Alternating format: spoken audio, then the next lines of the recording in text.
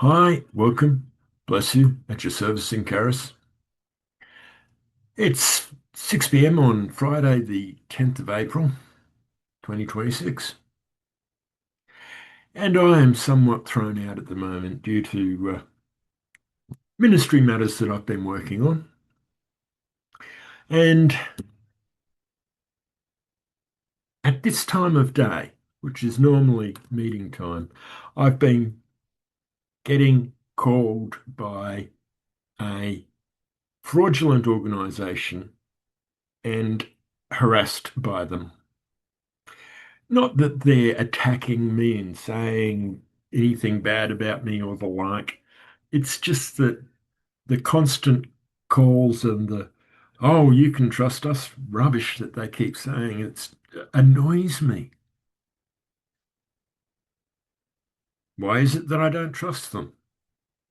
Well, first off, I was ripped off a few years ago and they claimed to be chasing down the company that ripped me off. Oh, great.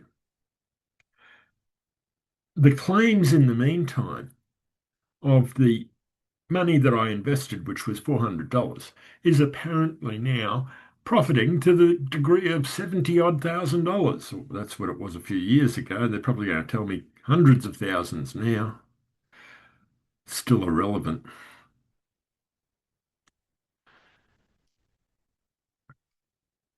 But the company that's calling me now, supposed company, sent me an email, and their office was somewhere in the USA. I don't recall which state.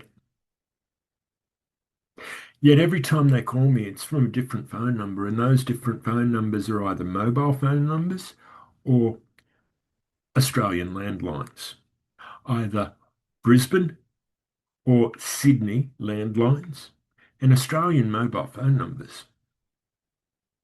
They're not calling from the US for one. They're probably not even calling from Australia because one of the calls I received a long time ago, the number that was calling me was my own number. So obviously they can put in any number they want. So they're just putting in Australian numbers. They're probably not in Australia, certainly not in the US, as the email said they were. So this is irrelevant to you, but it's thrown my thought process out, my mind out, my focus to deliver a message to you out. So I might as well talk about what happens when you get thrown out, God-wise. Anything that puts you off track. And what I may read in the Bible is not going to get thrown off track. It's not as if I'm going to read more Bible verses or less Bible verses tomorrow because of it. No. My prayer life isn't going to get thrown off track. No. But I still have a disturbance. And that disturbance affects me spiritually. It's hard to think of good, godly things to express to you, for one. So, what happens when something gets in the way of your godly service? Well, I just explained that. It throws you out and it throws you out mentally, even if it doesn't throw your spiritual routine out. Your ability to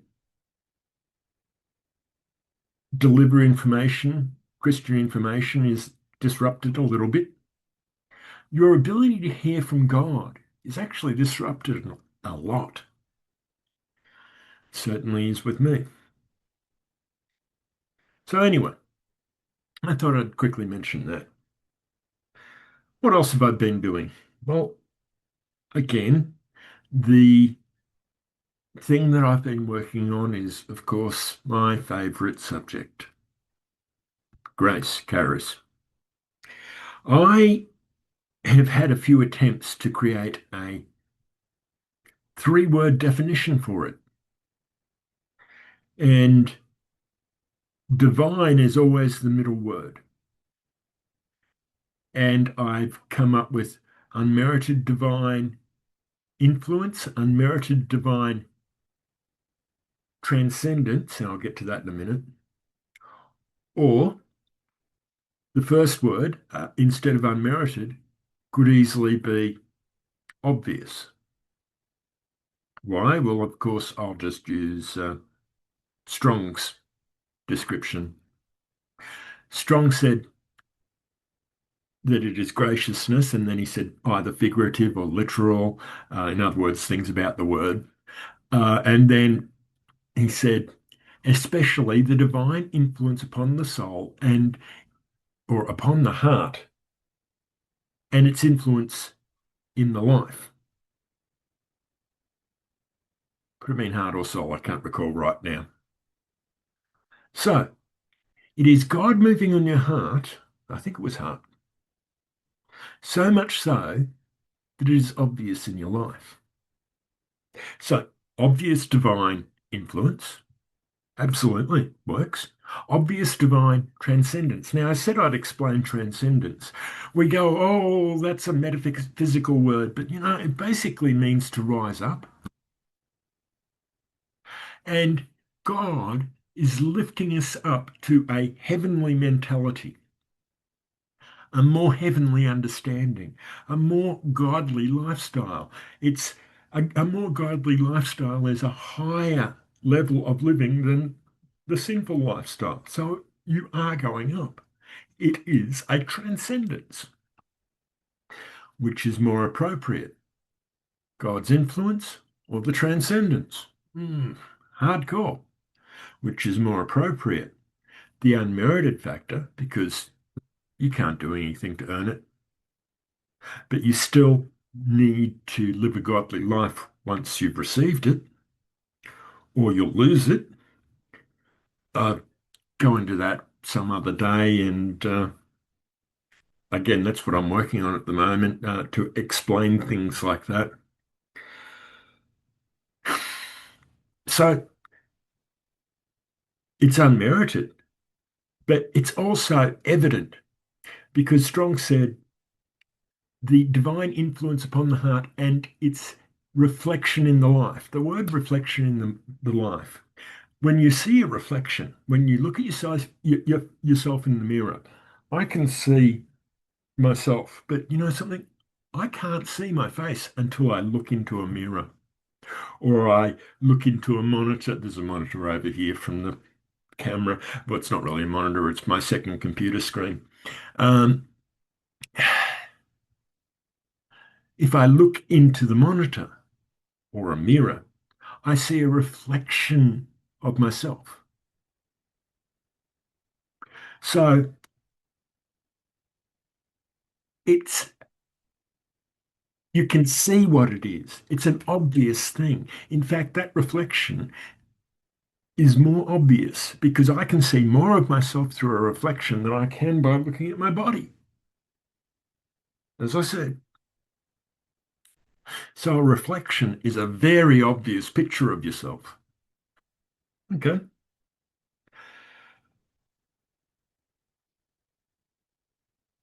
In other words, it is evident or obvious, but I prefer evident than obvious because even though the evidence is there, to some people, they can't see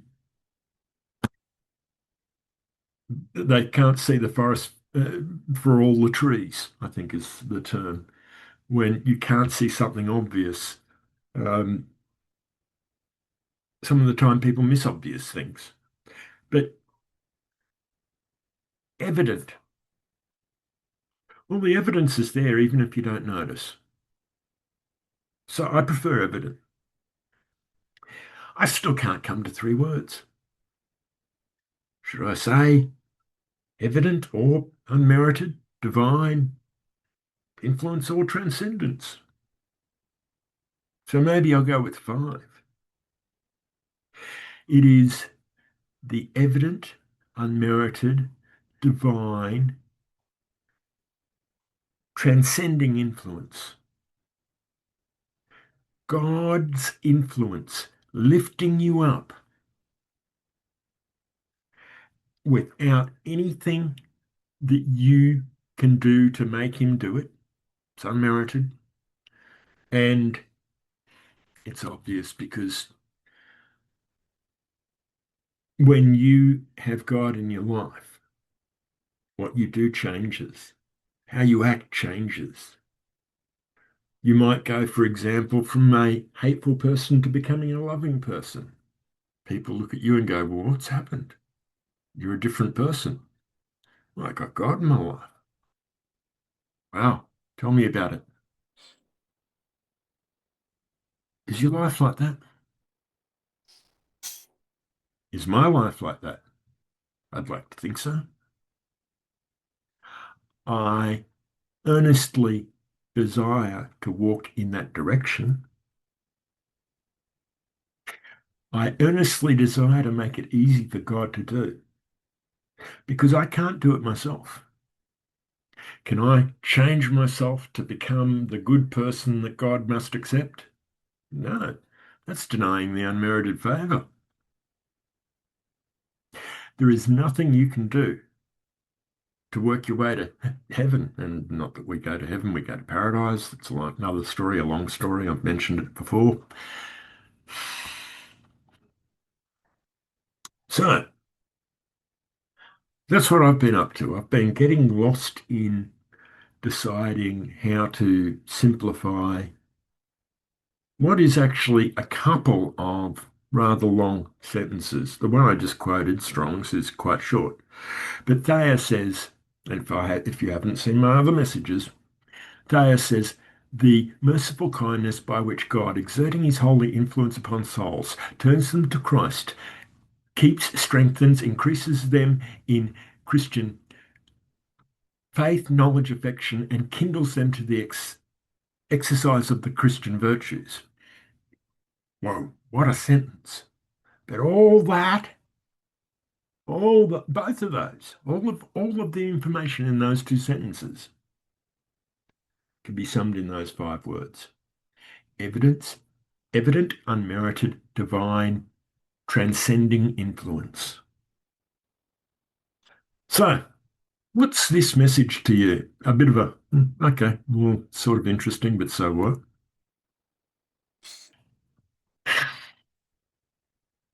What does that word, charis, which is what I'm talking about, and the translation of charis into those,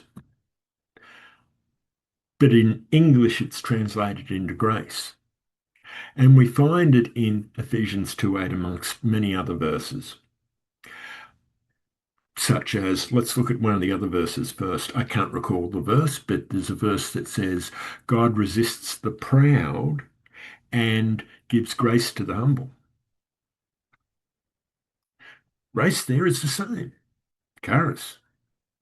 God resists the proud and gives that evident, unmerited, lifting up change, influence to the humble. So when my life is all about me, God resists me. When my life is, who cares about my life? I'm not saying, oh, I need somebody to care about my life. No, the other way around. Even I don't care about my life. I've got no needs, no wants, no desires, no. I do have desires, but they're desires wrapped up in God. My desire is that the Facebook group grows so lots of people can create messages like this. I don't want to be the person doing all the messages. I want anyone else that is ready to stick their hand up and say, I'll do a message, to do so. It doesn't matter what that message is, testimony or uh, your favorite scripture, talk about, read it and talk about it for a little bit, whatever, doesn't matter. Talk about what's been happening in your life, if it's been a godly event. Talk about aspects of Christianity even without scriptures, like, okay, here's a good way to evangelize, blah, blah, blah. Or maybe I've gone out to the streets and interviewed people on what they thought God was and things like that, and whether they're a Christian and so on. And maybe you just do a video like that, produce something and put it on this group. Again, I don't want to do all the messages. It's not about me. It's about God, and it's about you people learning and stepping up to your call by taking opportunities to do little things to start off with, but grow and grow and grow and keep doing more and bigger things and end up being a massive force in ministry for God. That's what it's about. If it was about me, I'd go start a church. After all, churches are full of pastors that run their church with a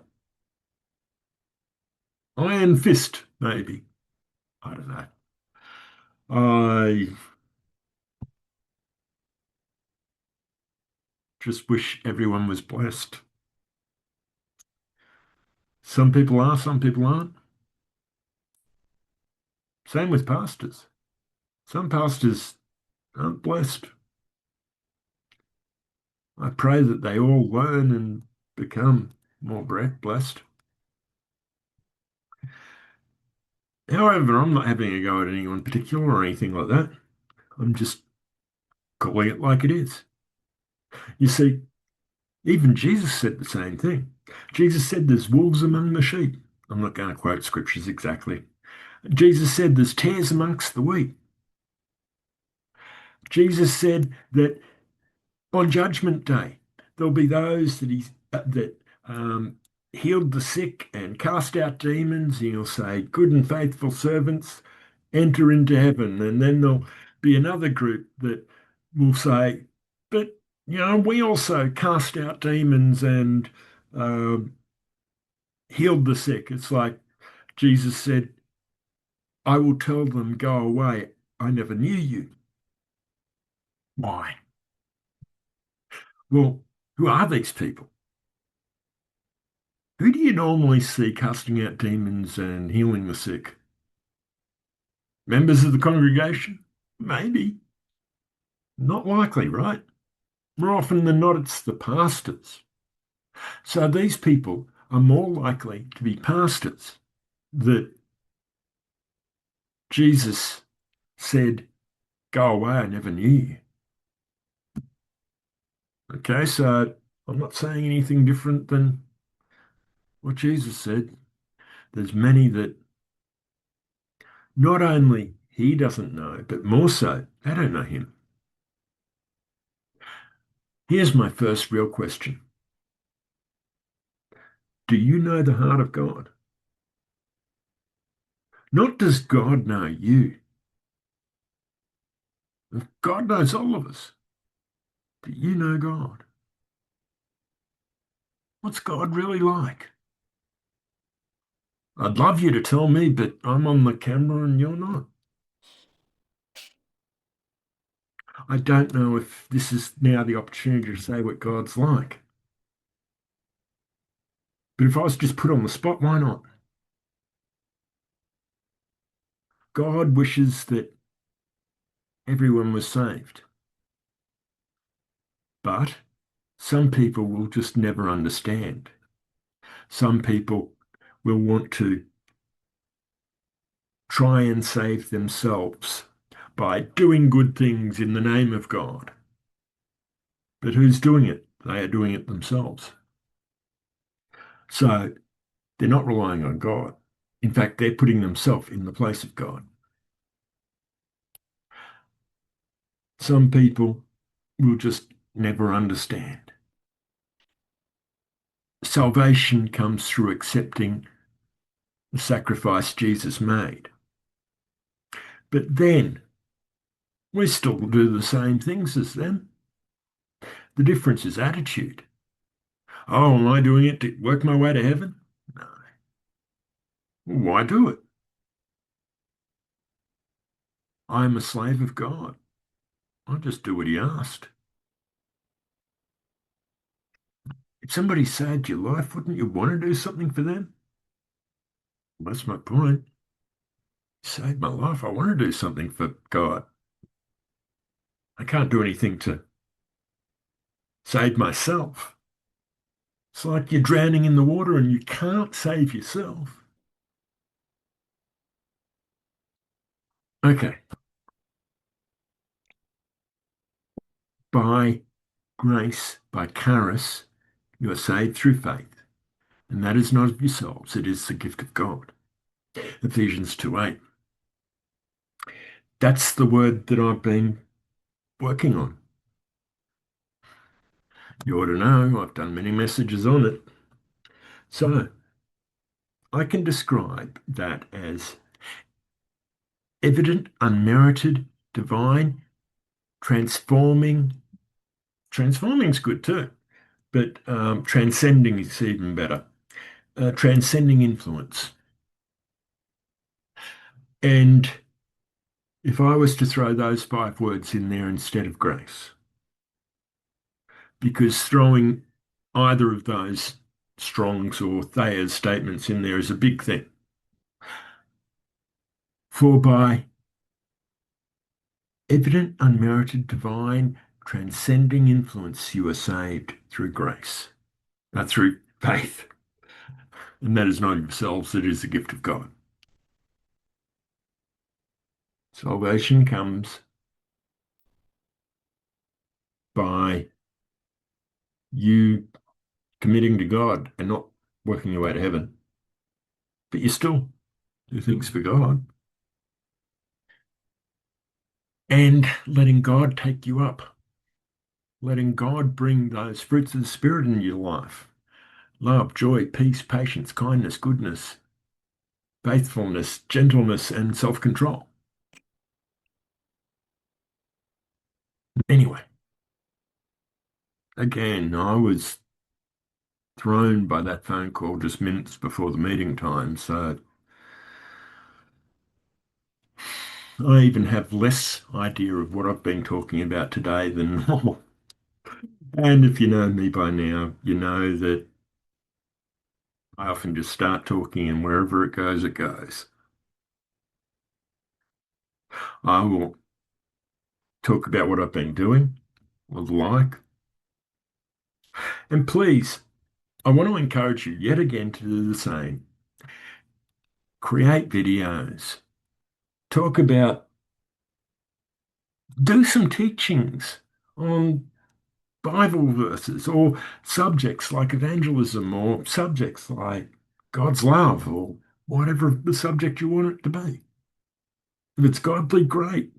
Please. There's a lot I need to do, not only for the group, but for ministry in other areas. And I am just constant. I would really appreciate not doing a daily message and just uploading the messages that other people have done. That'd be wonderful for many reasons. One, I'd get a little bit of a break. Yay. Two, and here's the most important one. When someone new comes to the group, they're not going to see messages from me constantly right through the whole timeline. They'll see messages from lots of people and they'll go, oh, this is interesting.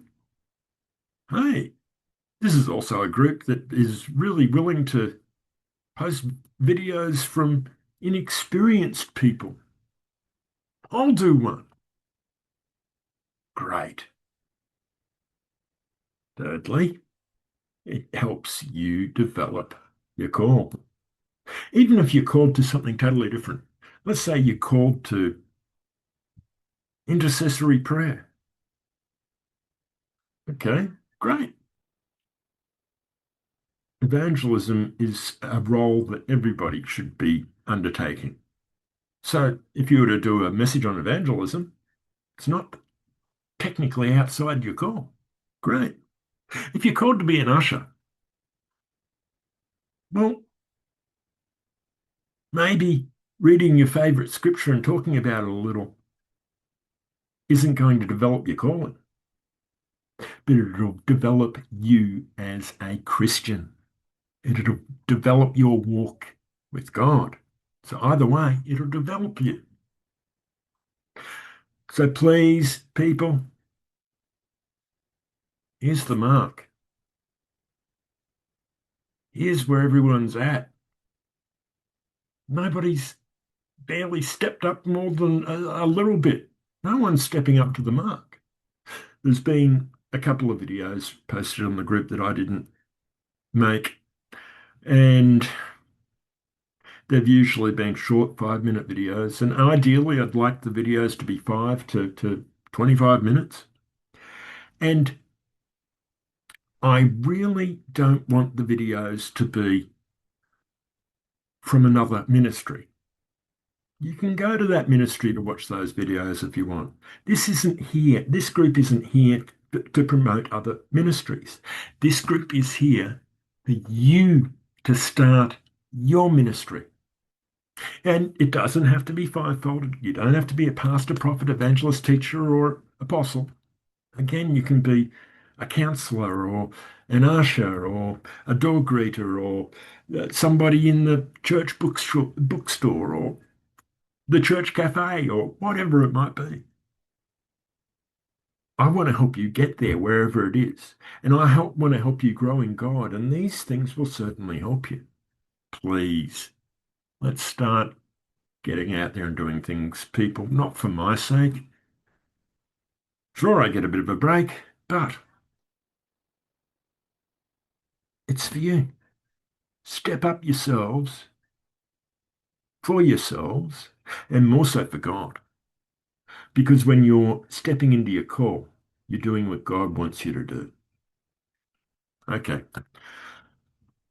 As always, this is a good message, give it a good rating out of 10. If it's a good message, post it on your page or email it to people or send it to uh, Christian chat sites or forums or wherever. Any of the messages that you find are good messages, get them out there. Send them to wherever you think people would be interested. Otherwise, wherever you're at, contact us and let us know how we can help. And as always, bless you, govern well, encourage.